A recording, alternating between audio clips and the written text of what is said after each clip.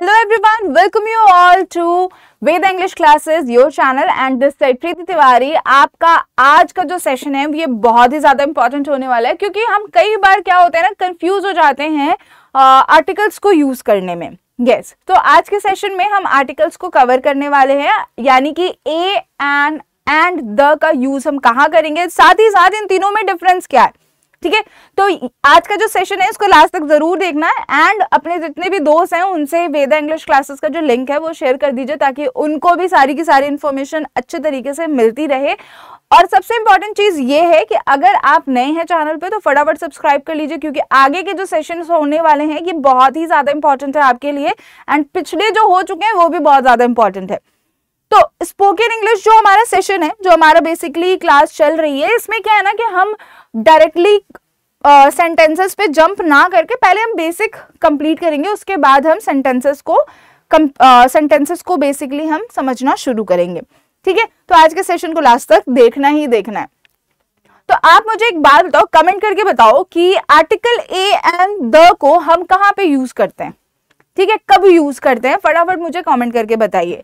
And जितने बच्चे अभी तक चैनल पे ऑन बोर्ड नहीं हुए हैं, यानी कि वेदा इंग्लिश क्लासेस को अगर अभी तक टेलीग्राम पे आपने ज्वाइन नहीं किया, फटाफट कर लीजिए, क्योंकि ये बहुत ही ज्यादा इंपॉर्टेंट चैनल है। यहाँ पे आपको शॉर्ट टर्म जो कंटेंट्स है ना वो मिल जाते हैं। एंड अगर आप इंस्टाग्राम पे एक्टिव हैं तो इंस्टा पे इंग्लिश विद वेदा को आप फॉलो कर सकते हैं। वहां पे भी कई सारे छोटे छोटे जो कंटेंट है वो आपके लिए मैंने बनाए हुए हैं, तो उसको देख लीजिए, गो थ्रू कीजिए, डेफिनेटली बहुत ही ज्यादा आपको पसंद आएंगे। ठीक है, चलो सबसे पहले हम बात करते हैं एन की। आप में से कई बच्चों को पता होगा कि एन को हम कब यूज करते हैं, जब हम वाउल देखेंगे, यानी कि हमारे कितने वाउल्स हैं, हमारे वाउल्स हैं 5। ठीक है, टोटल अल्फाबेट्स कितने होते हैं 26 में से 5 हमारे वाउल हैं, 21 हमारे कॉन्सोनेंट है, इतना तो हमें सबको पता है। अब इसमें क्या है कि इसमें अगर हमारा कोई भी वर्ड अगर ए, ई, आई, ओ एंड यू से अगर स्टार्ट होता है तो हम वहां क्या यूज कर देते हैं, हम वहां पे एन को यूज करते हैं, राइट। लेकिन ट्विस्ट ये है कि भाई इन पांचों का ना साउंड होना चाहिए। साउंड अगर है वर्ड में पांचों का, यानी कि स्टार्टिंग साउंड अगर ए, ई, आई, ओ, यू से अगर होता है तो हम वहां पे फिर क्या यूज करेंगे, हम वहां पे एन को, आर्टिकल एन को यूज करेंगे। अब आप लोगों को पता है कि हिंदी के जो अल्फाबेट्स है, जो हमारी ये साउंड होते हैं, ये हिंदी में आते हैं। ठीक है, अब हिंदी में क्या है कि अगर हमारा किसी भी वर्ड का जो फर्स्ट लेटर है, अगर उसकी स्टार्टिंग अ से, अक्षर अ से लेकर के, ठीक है ध्यान से समझना, अ से लेकर के अगर अह तक कोई भी अक्षर अगर है, उसका साउंड अगर आ रहा है, तो फिर हम वहां पे क्या यूज करेंगे, हम एन यूज करेंगे। ठीक है, आर्टिकल एन को यूज करेंगे। इतना क्लियर हो गया हमें। अब एग्जाम्पल सेंटेंस हम समझेंगे धीरे धीरे, ध्यान से देखो। अब ए के बारे में अगर हम बात करें, तो ए को हम किसके साथ में यूज करते हैं, 21 कॉन्सोनेंट्स के साथ में यूज करते हैं। कई बार क्या होता है कि हमारा जो वर्ड है वो कॉन्सोनेंट से स्टार्ट तो हो रहा है, लेकिन उसका जो साउंड है वो वाउल हो जाता है। तो वाउल के साउंड की वजह से हम क्या यूज करते हैं वहां पे यूज करते हैं एन।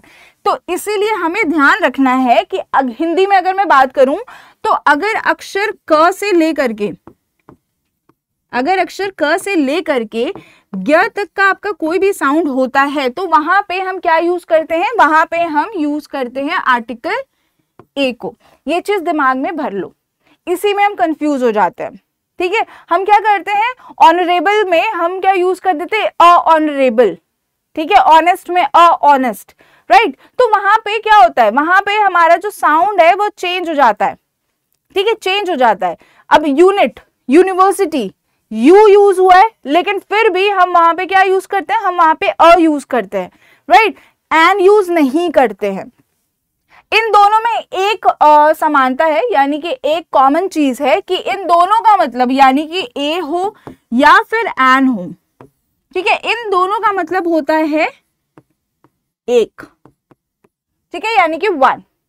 ये सिंगुलर को ये बेसिकली डिनोट करेगा, सिंगुलर नाउन को ये डिनोट करता है। एंड जितने भी आर्टिकल्स हैं हम नाउन के साथ में यूज करते हैं, इतना तो हमारे दिमाग में है, ठीक है। यानी कि हम जितने भी आर्टिकल्स को यूज करेंगे वो हम किसके साथ में यूज करते हैं, वो हम नाउन के साथ में यूज करते हैं, ठीक है, समझ में आ रहा है। अब ए और एन को कौन से नाउन के साथ में यूज करते हैं, द को कौन से नाउन के साथ में यूज करते हैं, इसको मैं बताऊंगी लेकिन लास्ट में, तो वीडियो को लास्ट तक जरूर देखना। एंड अगर अभी तक चैनल को सब्सक्राइब नहीं किया फटाफट से कर लो, ठीक है। बिल्कुल भी जरा से भी एक होता है ना कि जरा सी भी कसर मत छोड़ना कि आपको कोई भी प्रॉब्लम इंग्लिश से रिलेटेड हो, ठीक है। तो हर एक पॉइंट आपको जो है वो क्लियर करना है, ठीक है।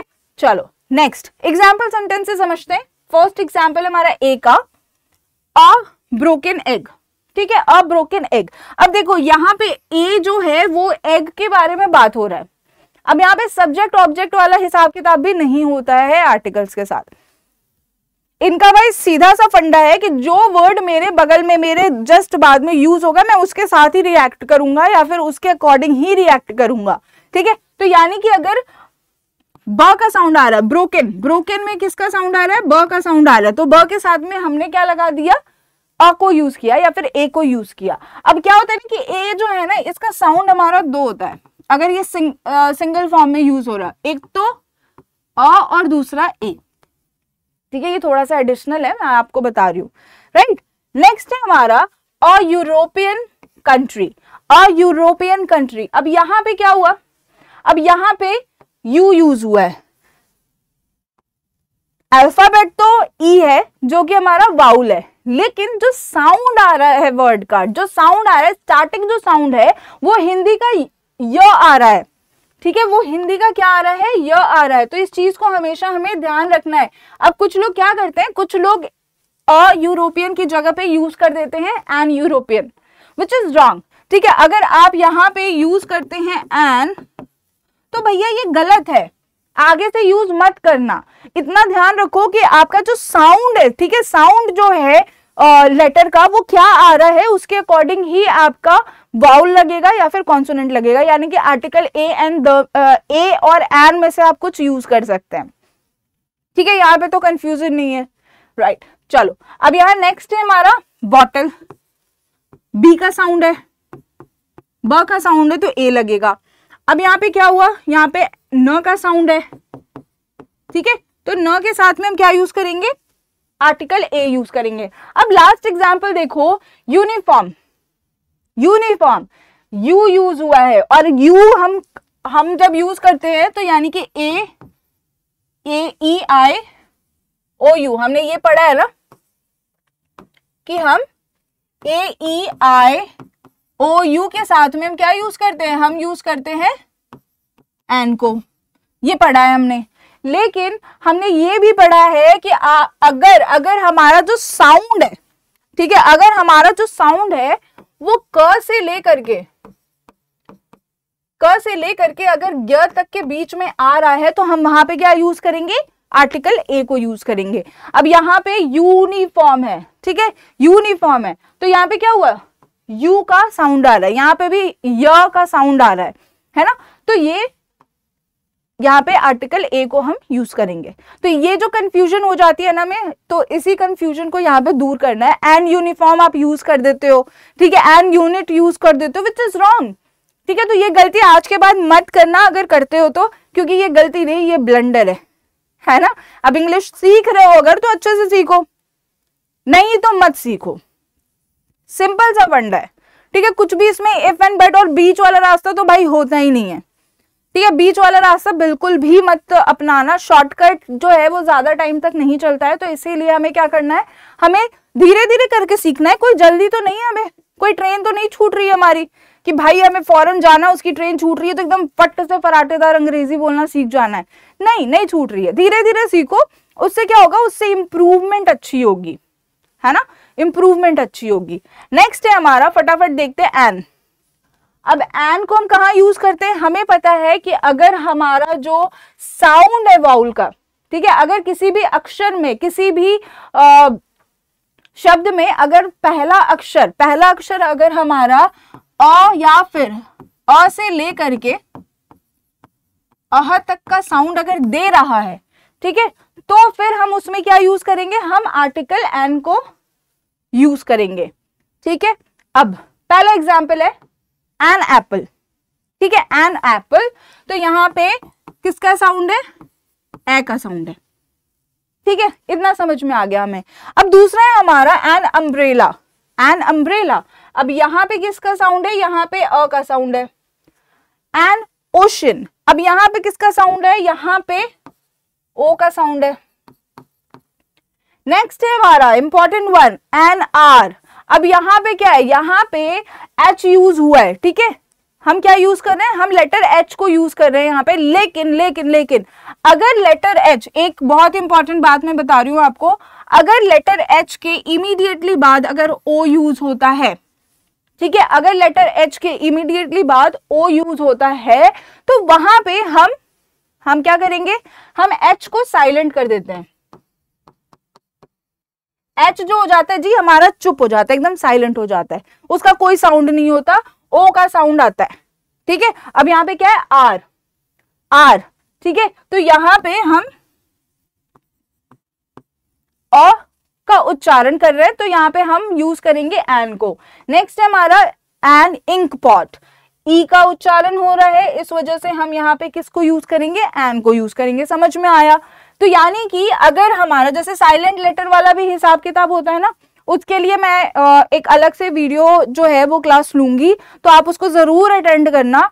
और सबसे इंपॉर्टेंट है वो, ठीक है, प्रोनाउंसिएशन के लिए, आपके स्पेलिंग्स के लिए बहुत ज्यादा इंपॉर्टेंट है, तो उस सेशन को जरूर अटेंड करना। ठीक है, एंड उसका नोटिफिकेशन कैसे आएगा, तो पहले तो आपको सब्सक्राइब करना पड़ेगा चैनल, एंड देन उसके बाद बेल आइकन को प्रेस कर देना, ताकि उसका नोटिफिकेशन आप तक पहुंच जाए। काफी बच्चों को टेंसेस में, यूज ऑफ बेसिकली जो हमारा प्रेपोजिशंस होता है उसमें, कंजंक्शन में हमें प्रॉब्लम होती है। हम इंट्रोगेटिव प्रोनाउन, इंट्रोगेटिव एडजेक्टिव में डिफरेंस नहीं कर पाते हैं, बहुत सारी चीजें, तो वो सब कुछ आपको सिखाया जाएगा, डोंट वरी। एंड इंग्लिश में तो प्रो बनना ही है भाई, और उसकी रिस्पॉन्सिबिलिटी मेरी है। ठीक है, सो डोंट वरी। अब नेक्स्ट आते हैं हम द के बारे में। अब द का हमारा दो प्रोनाउंसिएशन होता है, एक तो होता है द, ठीक है, एंड दूसरा होता है हमारा दी। दो प्रोनाउंसिएशन होते हैं। अब द कब बोलना है और दी कब बोलना है, इसके बारे में थोड़ा समझ लेते हैं। अब जो हमारा हिसाब किताब होता है कॉन्सोनेंट के साथ में, ठीक है, कॉन्सोनेंट के साथ में जो हमारा हिसाब किताब होता है, वही हिसाब किताब होता है हमारा द के साथ में। यानी कि वैसा ही बिहेव हम करेंगे द के साथ में। यानी कि अगर वर्ड हमारा द के जस्ट इमीडिएटली बाद वाला जो वर्ड है, अगर वो कॉन्सोनेंट है, ठीक है, यानी कि अगर उसमें उच्चारण हो रहा है क से लेकर के ग तक का, तो फिर हम उसको क्या करेंगे, हम उसको द प्रोनाउंस करेंगे। ठीक है, बहुत ही इजी सा कॉन्सेप्ट है। यहां एग्जाम्पल से ही समझ लो। यहां पे द सन, अब ये सन है, स का साउंड है, ठीक है, स का साउंड है, तो ये जो द है ये द ही है नॉर्मल। अब इसी सेंटेंस में देखो, राइजेस इन द ईस्ट, अब ये ईस्ट है, यानी कि ई का साउंड है, ठीक है, तो अब इसके लिए हम क्या यूज करेंगे, हम प्रोनाउंस करेंगे इसको दी। ठीक है, समझ में आ रहा है। दी अर्थ, राइट, और दी ईस्ट, यहां पे हम क्या यूज कर रहे हैं, यहां पे हम प्रोनाउंस कर रहे हैं इसको दी। वही नेक्स्ट हम देखते हैं द कैट, सी है, क का साउंड है, क के साउंड के लिए हम क्या यूज करते हैं, द यूज करते हैं। The cat chased a mouse. The rain fell steadily all day, यानी कि लगातार बारिश, पूरे दिन लगातार बारिश होती रही। स्टेडली मतलब कंटिन्यूअसली, ठीक है, कंटिन्यूअसली के लिए हम स्टेडली यूज कर सकते हैं। द रेन, र का साउंड है, तो हम यहाँ पे क्या बोल रहे हैं, द बोल रहे हैं। द बुक, बुक का यानी कि ब का साउंड है, तो हम यहाँ पे द बोल रहे हैं। वॉज ऑन द शेल्फ, अब यहाँ पे शेल्फ है, स का साउंड है, श का साउंड है, राइट, तो उसके लिए भी हम द ही प्रोनाउंस करेंगे। नेक्स्ट है हमारा द मूवी वॉज फैंटास्टिक, म का साउंड है, तो हम द यूज करेंगे। द केक टेस्टेड डिलीशियस, ठीक है, तो यहाँ पे द का ही साउंड होगा क्योंकि क का साउंड आ रहा है। The mountains were covered in snow, the mountains, म का साउंड है, राइट, तो यहाँ पे भी द यूज होगा। The flowers bloomed in the spring, तो यहाँ पे क्या हुआ, यहाँ पे हमने द बोला है और यहाँ पे भी द बोला है, ठीक है, क्योंकि इन दोनों के बाद में कॉन्सोनेंट है।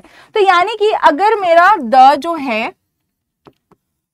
प्लस उसके साथ में अगर हमारा कॉन्सोनेंट यूज हो रहा है, यानी कि हमारे अगर ये साउंड अगर आ रहे हैं, ठीक है, तो हम उसमें क्या यूज करेंगे, उसको हम द ही प्रोनाउंस करेंगे, ठीक है, द ही प्रोनाउंस करेंगे उसको हम।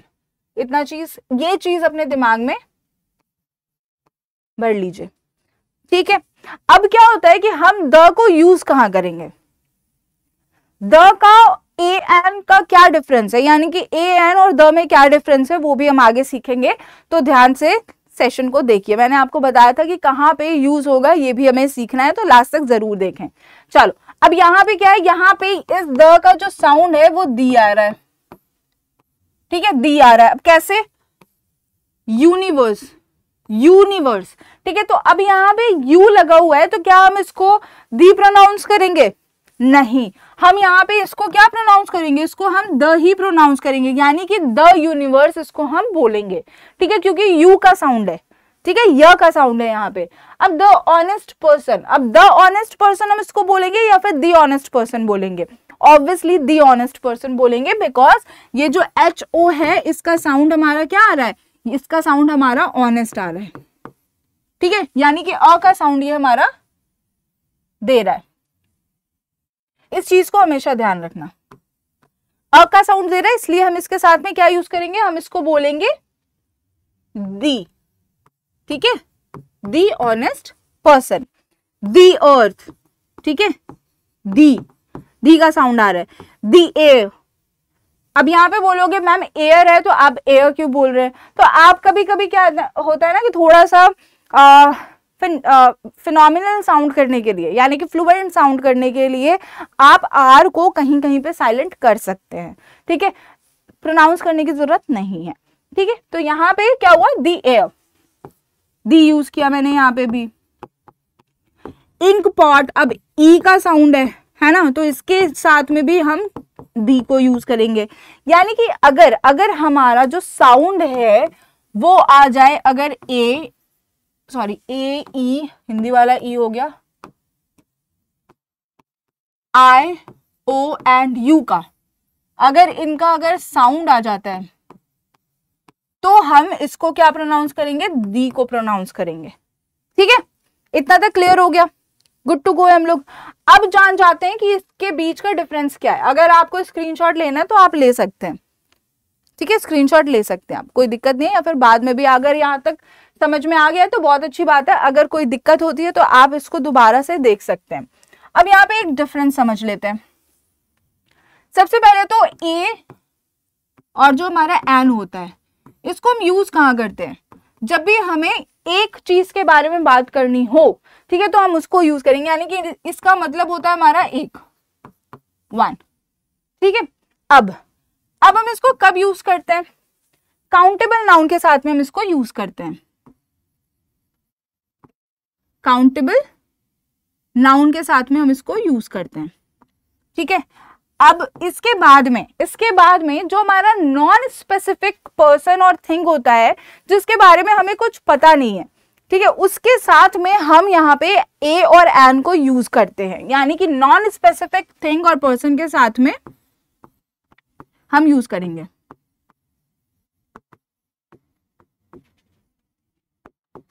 ध्यान से समझना, ठीक है, क्योंकि ये बहुत ही इंपॉर्टेंट चैप्टर है आपका और इसमें आप बहुत ही ज्यादा गलती करते हैं, ठीक है। नॉन स्पेसिफिक पर्सन और थिंग के बारे में अगर हम बात करें तो हम वहां पे यूज करेंगे क्या, ए और एन को, मतलब जिसके बारे में अभी तक कोई बात नहीं हुई थी, जस्ट रैंडमली मैंने देखा और वहां पे क्या हुआ, वहां पे मैंने उसके बारे में बात की तो वहां पे मैंने ए और एन को यूज किया।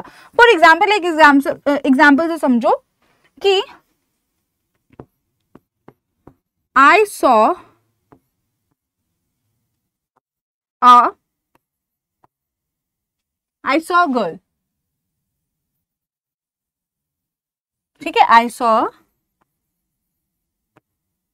गर्ल, मैंने एक लड़की देखी, ठीक है। अब यहाँ पे क्या हुआ, यहाँ पे ए यूज किया मैंने, क्योंकि भाई मैंने एक लड़की देखी, रैंडमली किसी को देखा मैंने, राइट अब इसकी जगह पे हम द कब यूज करेंगे आगे मैं समझाऊंगी, तो जल्दी से एक बार द के ऊपर आ जाते हैं। और बेसिकली इसको हम सिंगुलर के साथ में यूज करते हैं, सिंगुलर नाउन के साथ में, ठीक है। नोट करते जाओ, ये सब नोट करते जाओ, बहुत इंपॉर्टेंट है। अब बात करते हैं हम द के बारे में। द के बारे में, द बेसिकली हम स्पेसिफिक चीजों के लिए बात करते हैं और ये हम काउंटेबल एंड अनकाउंटेबल नाउन दोनों के साथ में यूज करते हैं, ठीक है। और स्पेसिफिक पर्सन, लिखते जाओ सारे ना, स्पेसिफिक पर्सन और थिंग्स के बारे में हम यूज करते हैं, ठीक है। जब हमें स्पेसिफिक पर्सन और थिंग के बारे में बात करनी हो तब हम यूज करते हैं, यानी कि कोई चीज के बारे में ऑलरेडी जिक्र हो चुका है, मैं उसके बारे में जानती हूं और जिससे मैं बात कर रही हूं वो भी उसके बारे में जानता है, ठीक है। ऑलरेडी उस बारे में बात हो चुकी है हमारी, तो फिर से हम अगर उसको इंट्रोड्यूस करते हैं अपने कम्युनिकेशन में या फिर अपने कन्वर्सेशन में, तो वहां पे हम द को यूज करेंगे, ठीक है। एंड साथ ही साथ अगर कोई स्पेसिफिक मॉन्यूमेंट है, कोई स्पेसिफिक जगह है, ठीक है, तो उसके लिए भी हम द को यूज करेंगे। स्पेसिफिक बुक है उसके लिए भी हम द को यूज करेंगे, ठीक है। यानी कि स्पेसिफिक पर्सन और थिंग के बारे में अगर हम बात कर रहे हैं तो हम वहां पे द को यूज करेंगे, ठीक है। समझ में आ रहा है यहाँ पे? चलो नेक्स्ट है हमारा कि हम इसको सिंगुलर एंड प्लूरल दोनों के साथ में यूज कर सकते हैं। अब इसी को अगर मैं एक बार यहाँ पे द के साथ में यूज करूं तो सबसे इंपॉर्टेंट है, मैंने अब इसके बारे में तो बात कर ली, आई सॉ गर्ल, ठीक है। अब इसके बारे में अगर मुझे और ऐड करना है तो क्या यूज करेंगे? The girl was